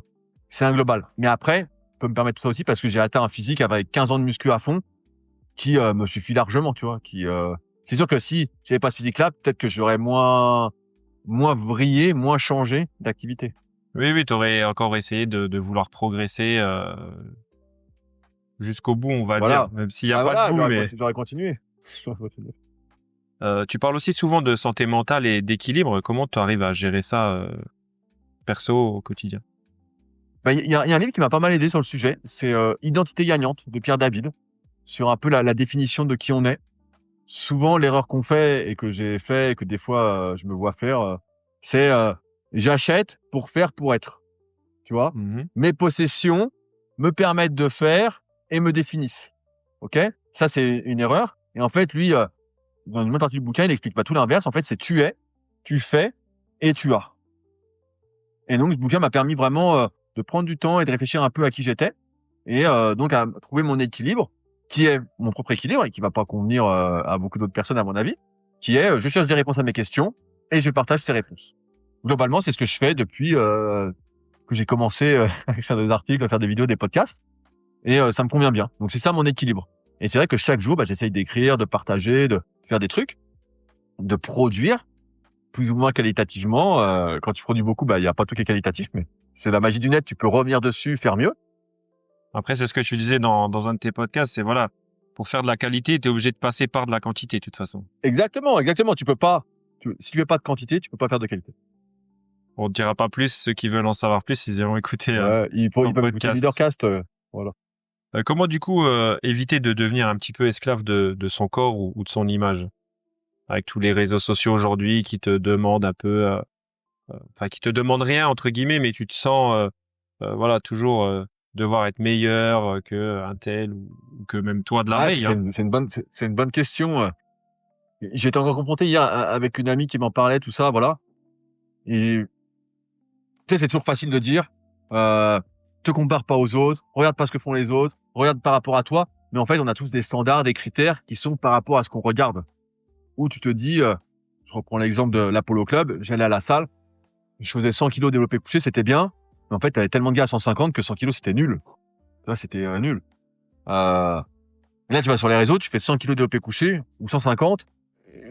Là, ouais, les gens, ils regardent même pas, ils disent, c'est pas fou. encore un de plus, quoi. Avant, quand j'avais passé à 150, les gens me disaient, waouh, c'est incroyable, tu fais 150 au bench, waouh, c'est fou, quoi. Et donc, ouais, j'ai envie de dire, faut réussir. Mais toi, quand tu dis faux, ça démarre mal. Je sais pas comment on en sort et comment j'en suis sorti. Mais parce que mes objectifs, peut-être de départ, mais qui sont liés à mon éducation, à ce que je lisais, tout ça, ont été largement dépassés d'un point de vue physique. Je pensais pas me transformer autant quand j'ai commencé. Pour ceux qui regardent ma vidéo d'évolution, quand j'avais 14 ans, jusqu'à mes 24 ans, par exemple, je pensais pas me transformer autant. Tu sais, c'était incroyable pour moi. C'était waouh. Et donc, j'ai atteint un niveau que je ne soupçonnais pas et qui me satisfait, mais largement. Même si j'avais eu moins, c'était bien, quoi. Tu vois. Et donc, finalement, ça m'a permis de sortir de tout ça. Ça m'a permis de sortir de la comparaison. Et puis, tu sais, à force d'analyser des gens, de voir les différences, d'entraîner, j'ai compris, même si j'essaye de le transmettre beaucoup, qu'en fait, on est tellement tous différents, on a tellement un potentiel différent, des capacités différentes, du temps différent. Voilà, que en fait, la seule personne avec laquelle tu peux te comparer, c'est toi-même, c'est celle d'hier, celle d'avant-hier, tout ça. C'est juste se comparer à soi-même et se servir d'autrui pour se tirer vers le haut, tout en sachant que tu seras pas autrui. Des fois, je rigole et je dis, il y a des gens, ils m'écrivent, ils me disent, mon objectif, c'est de te ressembler. Je leur dis, tu ne me ressembleras jamais. Si c'est pas possible. Si j'ai commencé en 2001, si tu peux pas. Ou alors t'as un coup de chance, t'es hyper deux tout ça, mais t'es hyper deux, tu viendrais pas me voir. Je m'occupe plutôt des gens qui galèrent, voilà. Et donc ouais, je dirais ça. Je dirais, tu vois, moi je suis sensibilisé à ça, mais je comprends que ce soit très très difficile parce que t'es sans arrêt mis en compétition avec le monde entier, comme dirait mon pote Vinci Sartel. Et forcément, ça te permet de relativiser ton niveau où tu peux ne jamais te sentir assez bien, avoir un niveau suffisant. Et en même temps, ça fait partie d'être humain aussi de chercher à progresser. Mais, à mon avis, il faut essayer de relativiser. Mais quand tu vois, je dis il faut. En fait, c'est un déclic un peu personnel, quoi. J'ai pas vraiment de réponse. Non, puis après, les gens aujourd'hui, je trouve, après avoir discuté avec plusieurs coachs, ils te disent plus, je veux avoir un peu plus d'épaules, ils t'envoient une photo, ils disent, je veux être ça. Tu vois, et je trouve ça tellement péjoratif de réduire quelqu'un à une image, au fait. Je veux être ça, je veux être comme ça. C'est plus. Parce qu'on idéalise. Ouais, on idéalise une image de quelqu'un. On se dit il doit être comme ci, il doit être comme ça. C'est le syndrome un peu des séries ou des films. Tu ne vois que les meilleurs moments du truc. Tu dis moi j'ai cette vie-là que je veux. Ah mais en fait la série là, il s'est passé 2 semaines en 45 minutes. En fait il manque. Il manque tout le reste. Il manque tous les galères derrière. Tout le reste. Ou la personne en fait. C'est pas du tout ce que tu crois. En fait, elle a la même vie que toi. Elle se lève le matin, elle dort, elle chie. Voilà, elle fait des trucs basiques, quoi. Si demain tu devais tout arrêter, parce que j'ai vu que quelqu'un t'en avait parlé, et tu te lancerais dans quoi? Enfin, je sais pas. Franchement, c'est une bonne question. Moi, j'aime bien écrire. Tu vois là, ça fait longtemps que j'ai plus cette pression financière et où tu vois, ça m'empêche pas d'écrire mes meilleurs articles ever. Vraiment, de faire des meilleurs contenus, de partager, j'ai l'impression, mieux aussi sur les réseaux sociaux qu'avant. Donc, je sais pas, si demain, il y avait une coupure d'Internet, je pense que j'irai à la salle et puis j'irai dans mon quartier et puis je dirais, voilà, s'il y en a qui veulent faire de la muscu, puis je m'occuperai d'eux, en fait, tu vois, je continuerai, parce que c'est vraiment une extension de moi, tu vois, ce truc d'entraîner les gens avec moi, de se tirer vers le haut ensemble. Je pense que ça... Ouais, c'est ton truc, c'est toi, quoi. Ouais, tu vois, ce serait difficile de... Après, je sais pas ce que la vie me réserve, quel est mon destin et où ça va m'amener. Mais, tu vois, j'ai fait muscu, j'ai fait kayak. Là, je fais un peu tout. Je fais un peu plus Hyrox, on va dire, pour simplifier. On verra où ça me mène ensuite. Et est-ce que tu te sens athlète? Ouais, j'aime bien cette phrase. J'aime bien mettre je me sens athlète parce que tout le monde se prend pour un athlète, comme je disais. Donc moi, je me sens juste athlète. Mais temporairement, quand je fais un effort, et c'est tout. Et en dehors, pas du tout. C'est déjà une première chose. Quelle est la chose dont tu es le plus fier aujourd'hui? J'ai pas trop ce sentiment de fierté parce que je crois moyennement pour être sympa au libre arbitre. Et je crois qu'en fait, moi, je n'ai fait que suivre mon destin et ce qui était moi, tu vois. Je sais pas si je souhaitais être entrepreneur, je suis devenu. Dès que j'ai eu une idée, j'ai réussi à la mettre en place et ça a cartonné à chaque fois. Ça a bien fonctionné. L'entraînement, c'est pareil. Je m'entraînais, j'adorais m'entraîner. Et en fait, est-ce que je peux être fier de ce que la nature m'a donné parce que j'ai travaillé pour faire exprimer mes gènes? Je sais pas, tu vois, je suis un peu mitigé là-dessus. Pour ça, quand les gens me disent t'es fier, bravo, tout ça, je comprends, mais j'ai pas ça. J'ai pas ce sentiment de fierté. Je ne fais juste que ce pourquoi je suis programmé. Ouais, pour toi c'est naturel, quoi. Il y a pas de. Ouais, c'est. Je vais dire c'est facile, mais tu vois, j'ai pas l'impression de des fois je me force sur certains trucs, mais je force légèrement, quoi. Ok. On va passer sur les petites questions de fin que j'aime bien faire et que j'ai fait aussi avec Valentin. Pour répondre à ta question aussi de tout à l'heure, le podcast il sortira le 2 novembre. Ah ouais, le lendemain les précommandes du livre commencent le 1er novembre. Voilà, donc foncez sur là, son vous pouvez site. le précommander. Alors, je le dis très rapidement, ce sera un nombre d'exemplaires limité parce que la vraie sortie c'est le 1er mars. Ok. Et donc on fait une pré-sortie pour les gens qui me suivent sur ce bouquin dont je peux pas encore au moment où ça sortira, je peux le dire, le livre s'appelle Hybrid.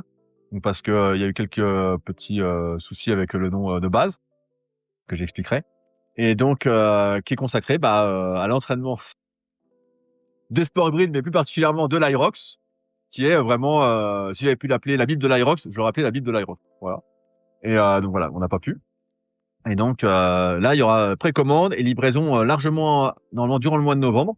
Pour ceux qui commanderont, mais c'est des exemplaires limités pour les avoir en avant-première. Sinon, après, il faudra attendre le 1er mars. Ok. Donc, pour ceux qui préparent un Hyrox et qui veulent vraiment Avoir, Voilà, bah là, c'est la Bible. Hein. avoir Là, la c'est Bible de 400 pages. l'Aerox. Là, c'est la totale. Là, c'est la totale. Il y a tout, de tout, de tout, de tout. Je vais le relire prochainement, le manuscrit final, que j'ai déjà relu J'imagine. des Ouais. dizaines de fois. Mais après, une fois mis en page, pour voir s'il n'y a pas de coquilles, s'il y a tout, si j'ai relu quelques lignes ou quoi. Mais ouais. Donc voilà, donc à la fin du podcast, foncez directement sur le site de Rudy pour Exactement. précommander le livre. Alors pour les petites questions, donc selon toi, quelle est la meilleure source de protéines? Il n'y en a pas. Il y en a pas. Le secret, c'est plutôt l'alternance et la variété. Dans un monde où tout est empoisonné, Anthony Berthoud l'explique très bien dans ses différents livres, qui est pour moi l'expert vraiment français de l'alimentation. Et le secret, c'est la variété sur les sources alimentaires, quelles qu'elles soient, parce que tout est plus ou moins, je dis empoisonné, c'est un peu dur, mais tout est plus ou moins altéré. Voilà. Selon toi, le meilleur exercice polyarticulaire? Après lequel je me sens le plus énorme, souvent c'est les dips. Mais faut avoir une belle extension d'épaule. Mais souvent quand je fais des dips, je gonfle à crever quoi. Puis une belle exécution aussi, parce que c'est vrai que dernièrement sur les réseaux, là, on voit un peu des gars qui se plient, on va dire, juste l'avant du corps sans descendre. Ouais. Bah ouais, parce qu'après ils cherchent la perf. Quand tu cherches la perf, après t'es plus dans l'optique vraiment santé, et donc tu vas chercher les petits détails qui font la différence, on va dire pour la perf. Ouais, parce que là, on voit des gars qui dips à 100 kilos. Bah ouais, et maintenant 100 kilos c'est la rigolade, hein. Tu sais, pareil, je donne des exemples. En 2003-2004, quand un mec faisait des dips testés à 50 kilos, c'était un dieu vivant. Quand j'ai passé 100 kilos au dips quelques années, je crois en 2017 ou 2018, quelque chose comme ça, bah c'était incroyable, tu vois, vraiment. Maintenant, les mecs font des séries de 10 à 100, ils font 150 au dips, c'est pas possible, 150 kilos. Donc, le niveau ne fait que monter, mais encore une fois, grâce à la démocratisation de la muscu, de plus en plus de personnes en font, et de plus en plus de personnes douées aussi se retrouvent à en faire, et donc à faire des performances exceptionnelles. Ce qui montre, comme vous disait tout à l'heure, qu'il faut essayer de s'inspirer d'autrui, mais pas se comparer parce qu'on a des potentiels vraiment très très différents. Ça, et puis quand tu démarres, voilà, il faut que le corps s'habitue aussi. Ah voilà, c'est chaud, quoi. Le meilleur cheat meal? Bah voilà, alors là, je sais pas, le meilleur cheat meal, c'est de mettre du pecorino sur ses pâtes. Très light pour toi alors. Ouais, moi j'ai plus tout ça non plus, ça m'est passé. Quand j'étais un peu plus jeune, il y avait des trucs genre pas manger 2 pizzas ou tu vois, mais c'était déjà très rare. Mais là, j'ai plus du tout cette envie de manger des saloperies ou autre. C'est vraiment ça m'est passé aussi avec le temps parce que je vois comment ça m'impacte aussi bien mon sommeil que ma manière de réfléchir, ma capacité cognitive et physique. Et en fait, c'est pas un état dans lequel j'ai envie d'être. Donc ça m'a vacciné avec les années de mal manger. Ouais, puis en plus, tu dis dans le protocole 40 que tu manges beaucoup moins, enfin, tu peux manger beaucoup moins qu'avant. Aussi, bah ouais, après je mange quand même beaucoup, mais ouais, je mange moins qu'avant aussi. Quand j'avais 25 ans, franchement, je mangeais des quantités astronomiques. Hein. Les 200 grammes de féculents crus par repas, c'était la norme presque. Ouais, effectivement, tu mangeais beaucoup. Ouais. Si tu devais t'entraîner avec une icône du monde body, muscu, Aerox? Ah, c'est une bonne question ça. Avec qui j'aimerais m'entraîner? Je sais pas, parce que tu vas choisir un champion, mais tu peux pas le suivre. Donc Ouais, mais bah, pas spécialement pour le suivre, juste pour partager un bon moment d'échange. c'est une question difficile parce que dès qu'il y a quelqu'un qui m'intéresse, je le contacte et je pose toutes mes questions. Donc j'en fais un podcast sur le secret du sport. Ouais, je sais pas. C'est une bonne question. J'aimerais bien voir, mais faudrait remonter le temps. L'entraînement à l'époque de Maurice Green ou Atto Boldon, tu vois, en sprint, ou de Michael Johnson, tu vois, des gars comme ça, remonter le temps en années 96-2000 et voir ces gars-là s'entraîner, qu'est-ce qu'ils font exactement, et être émerveillé de leur technique de course, de leurs pieds, et de dire waouh, ah c'est incroyable quoi. Ouais, c'est moi, ça je qui dirais amène mais à la tu vois, performance, quoi. bah quand ça paraît facile, c'est qu'il y a eu beaucoup d'heures de répétition. Et j'imagine derrière, c'est clair. Avec un personnage de fiction. Oh, c'était un personnage de fiction. Je suis pas trop fiction. Dans les Dragon Ball Z, Moi, peut-être. Ouais. J'aurais dit une vraie personne, j'aurais dit, bah, si je pouvais, tu vois, un type comme Steve Jobs, j'aurais bien voulu voir s'il était vraiment aussi antipathique que les livres le décrivent. Voir, parce que ça m'étonne quand même qu'il soit si antipathique que Elon Musk. Et, donc, j'aurais bien voulu voir. Est-ce que tu as un style de musique pour t'entraîner? Je mets pas de musique quand je m'entraîne. J'en ai une que je mets vraiment si je dois faire une perf. C'est Let It Rock de Kevin Rudolph. Ok, ouais. C'est la même depuis 20 ans, quoi. Je vois pas, j'irai écouter. Si tu ne devais garder qu'un seul complément alimentaire, Qu'est-ce que je garderais C'est une bonne question. Je pense que je garderais les oméga 3. Ouais, les oméga 3. si tu devais donner un seul conseil bien-être qui va au-delà du sport, ce serait quoi? Je dirais ralenti. Sur quel point de... Surtout parce que vraiment, il y a une société où tout va très vite. Et je vois beaucoup de gens qui courent après le temps. Tu sais, c'est toujours plus. Alors que je pense que on vit vraiment mieux quand on ralentit. Quand tu es toujours dans le jus, tu survis. Quand tu ralentis, tu vis. Et donc en faire moins à tous les niveaux, tu vois, respirer, prendre son temps, regarder une série de moi, faire une série de moi à l'entraînement ou un exercice de moi, ne pas stresser. Bah voilà, si t'es en retard, c'est de ta faute, faudrait que tu te lèves plutôt la prochaine fois. Vraiment, ne pas être dans cette précipitation de tous les instants. Je ris parce que du coup, t'as eu 10 minutes de retard aujourd'hui. Mais ouais, parce que en fait, j'étais dans le jus. En fait, alors, je vais t'expliquer ma responsabilité. C'est que j'achète mes œufs à la fruitière, que j'ai montré dans la vidéo. Et en fait, hier, il y avait plus d'œufs. Ils avaient plus rien, rupture. Et donc, j'ai dû y aller en sortant de la salle, sauf que je pensais qu'il y aurait personne et il y avait du monde à la caisse. Et donc, je me suis fait niquer. Bon, au Donc, moins, t'as prévenu, donc ça, c'est déjà cool. Est-ce que tu as une citation ou une phrase motivante qui t'inspire? C'est la phrase que je dis souvent. Ensemble pour faire mieux que seul ou rien. Ah, j'en étais sûr que tu t'aurais sorti ça. Que donnerais-tu comme conseil au toi d'il y a 10 ans? Bah, je pense que je m'écouterais pas déjà. Mais je pense que mon ego me laisserait pas m'écouter. Il y a 10 ans, 2015. Rien, je dirais ouais, je dirais rien, tout va bien se passer en fait. Tu sais, moi j'ai grandi pas mal avec cette peur un peu du manque, fallait accumuler tout ça. Et finalement, c'est quand tu veux plus accumuler, que t'as plus peur de manquer, que t'es en abondance quoi. Tu vois que tout va bien. Donc je dirais tout va bien se passer sans rien changer parce que c'est un apprentissage aussi. Tu vois, si je change un truc ou si je me dis un truc qui change, bah je deviens pas qui je suis. Et finalement, ça a l'air pas mal d'être comme je suis. Donc, une certaine quand même fierté d'en être arrivé là aujourd'hui et d'être la personne que tu es. Ouais, je suis comme moi j'aime bien dire je suis comme je suis, j'ai pas trop choisi quoi. Non, c'est vrai que tu restes vachement humble quand même, ça c'est... Ouais, mais parce qu'en fait, il y a pas cette histoire de la méritocratie, elle est sympa, mais elle n'existe pas vraiment malheureusement dans un monde de réseau, d'environnement où beaucoup est conditionné, à part pour des exceptions, par l'endroit où tu nais, les écoles que tu fréquentes, tout est déjà la famille dans laquelle tu es, ouais, tout est déjà un peu conditionné. Donc bon, la méritocratie, c'est juste une belle histoire qui nous fait plaisir et c'est vrai que quand on s'entraîne, on est content de dire voilà, mes efforts m'amènent à ça. C'est parce que je me suis entraîné dur que j'ai réussi. Si j'y arrive, vous pouvez y arriver, mais c'est pas du tout aussi Ouais, simple c'est que pas ça. donné Ouais. à tout le monde. Ouais. Exactement. Où te vois-tu dans 10 ans? Bah, je pense que là, à chaud comme ça, je dirais, je me vois faire la même chose. Franchement, je me vois faire la même chose. Mais peut-être qu'à un moment, j'arriverai au bout de ce que je veux écrire et peut-être que je découvrirai d'autres sujets qui me passionneront et que j'aurai envie de partager. Mais je sais pas. En fait, souvent il y a ces trucs-là, ouais, dans 10 ans, bah je sais pas. En fait, des fois, je peux en avoir marre de quelque chose et dire bah là, j'arrête ça. Me dire bah tiens, j'essaye de développer ça. Ce qui est sûr, c'est comme je disais, j'ai pas de pression et je fais vraiment ce qui m'anime, ce qui est une extension de moi. Et la dernière fois, j'ai eu un gars en coaching à distance qui voulait être coaché et il m'écrit, il me dit oui, bah alors c'est bon et tout. Et je dis on attaque quand? Il me dit bah dans 2 mois. Et je lui dis écoute, moi en fait, c'était pour démarrer soit là, soit la semaine d'après. Je lui dis tu sais, moi je fonctionne beaucoup au plaisir. Voilà, là on a bien discuté pendant peut-être 10-15 emails. Si on démarre pas là, je suis pas sûr d'avoir encore envie de t'aider dans 2 mois en fait, tu vois. Donc il me dit ah bon et tout, bah ça me surprend comme réponse. Bah non mais en fait ouais, je lui Ouais, explique. t'es honnête, Voilà quoi. comment voilà comment je fonctionne.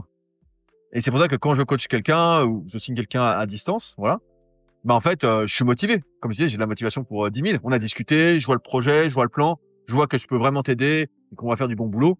Allez, on y va. Si c'est 2-3 mois après. Bah, 2-3 mois après, je sais pas dans quel état d'esprit je serais, qu'est-ce que j'aurais envie de faire, est-ce que j'aurais envie de prendre un élève de plus ou pas.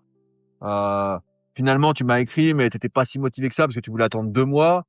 Ouais, donc tu dis, est-ce que ça vaut la peine aussi de gaspiller ta motivation pour quelqu'un qui ne l'est pas, quoi? Tu vois, quand tu reportes, quand on dit ouais, ben je ferai ça plus tard, en fait, plus tard ça n'existe pas. Pour moi, c'est déjà une autre philosophie. Tu vois, c'est pas ma philosophie. Plus tard n'existe pas. Plus tard, ça veut dire jamais. Donc c'est soit on a bien discuté, on attaque sous 1 semaine ou 2. voilà, ce que je peux m'arranger. Ou je sais que c'est comme quand tu te lances en tant que coach, tout le monde te dit je vais te prendre comme coach. Et en fait, tous ceux qui t'ont dit ça te prennent jamais comme coach et tu travailles jamais avec eux. C'est pas faux. Est-ce que tu as un projet perso ou pro en cours? Là, il y a le bouquin, donc Hybrid. Donc j'espère que ça va bien tourner, se démocratiser. J'ai donné tout ce que j'avais pour ce bouquin en termes de connaissances sur le sujet. Donc c'est vraiment ça. Après, il y a d'autres petits projets qui devraient sortir un peu autour de ça. J'ai pas trop avancé, donc je vais pas trop en parler. Mais voilà. Après, il y a toujours des projets qui arrivent, qui se mettent. Moi, j'aime bien suivre le cours de la vie. Des fois, t'es là et d'un coup, t'as une idée de projet qui se met en place.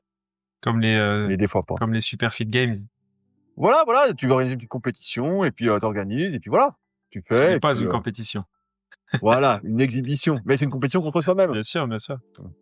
Et donc, du coup, la dernière question, est-ce que tu as une recommandation de personne pour un futur podcast? Fais Théo Fitness Smith. Théo, donc c'est Fitness Smith sur les réseaux, tu peux l'écrire de ma part. Il a sorti son bouquin récemment en plus et c'était un des premiers avec moi à faire des vidéos sur YouTube dans les années, je pense 2012, 2013, quelque chose comme ça. Et il est toujours là après toutes ces années. C'est pas le plus populaire parce que maintenant il y a eu beaucoup de monde sur les réseaux, mais il continue à faire ses podcasts, ses vidéos, à faire des consultations. Donc Théo, je dirais Théo Fitness Smith. Ok, écoute, j'essaierai de le contacter. Tu viens de ma part, il va te répondre, il va pas faire le sagouin. Ok, écoute, Rudy, merci beaucoup pour ce podcast. C'était fort intéressant et puis ça m'a permis de te découvrir encore un peu plus qu'à travers tes bouquins ou tes vidéos, tout simplement. Merci à toi, Seb, pour l'invitation. J'espère que ça plaira aux auditeurs. S'ils ont des questions ou autres, n'hésite pas dans la partie commentaires. Moi, je me fais toujours un plaisir d'aller zioter, de répondre quand je peux répondre. À ceux qui voudraient suivre un peu plus ce que je fais, les super articles, c'est sur rudykoya.com. Donc vraiment là, vous allez en avoir pour votre temps. En plus, c'est gratuit. Et puis sinon, sur les réseaux sociaux, c'est Rudy Koya SP, où je partage 2-3 fois par semaine du contenu sur les sujets qui m'intéressent sur le moment. Donc souvent, c'est un peu poussé. Si vous débutez, c'est peut-être un peu dur d'approche. Mais si vous vous accrochez, vous deviendrez sans doute un spécialiste avec ce que je vous partage. Puis en plus, c'est quali les réels là que tu mets en place. C'est sympa, ouais. Écoute, Rudy, je te souhaite une bonne fin de journée alors et puis à bientôt. À bientôt. Salut à tous. Voilà, c'est la fin de cet épisode passionnant avec Rudy Koya. J'espère que ça vous a fait autant réfléchir que moi et surtout que ça vous a donné envie de vous recentrer sur l'essentiel, la constance, la vérité et la progression à long terme. Si vous avez aimé l'épisode, pensez à le partager, à laisser 5 étoiles, un commentaire, bref, à faire vivre le podcast. Si vous avez des questions, des retours ou des envies d'inviter, vous savez me trouver. Sinon, vous pouvez aller les poser à Rudy directement sur son site. Merci encore à Rudy pour sa transparence et son énergie. Et toi, qui que tu sois, continue à te forger dans la salle comme dans la vie. À très vite pour un prochain épisode. Et d'ici là, on reste focus et on enclenche le changement. À plus.